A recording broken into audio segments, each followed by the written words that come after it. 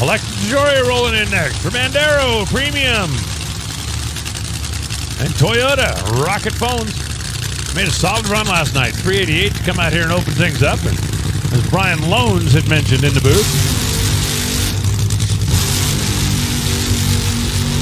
setting the tone for the weekend, very important. Blake Alexander and his team did the same thing. Jim Head, the team owner, head contractor, of course, Pronto Auto Service Centers, and they've got a bunch of VVIPs here hanging out this weekend.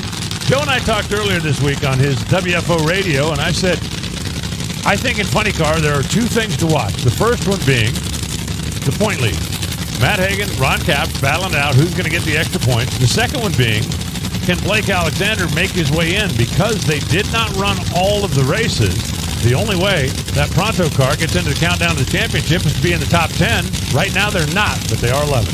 And certainly a car that could do a little damage if they got into the countdown, because Blake was able to score a victory earlier this year. Of course, Jim Head has had great success right here at the Big Go, winning in Top Fuel and in Funny Car. But Blake's starting to kind of feel it a little bit, getting some laps, has had some consistency, hoisted a Wally earlier this year, but really need to do something on Monday if they're going to make their way into that countdown. It was here a number of years ago when Jim Head was experimenting with a high gear only combination. It's standard in the field now, but at the time it was kind of like way out of the box. There are a number of races. There's no way he's running that fast like that. He just kept smiling and saying, okay, whatever you say.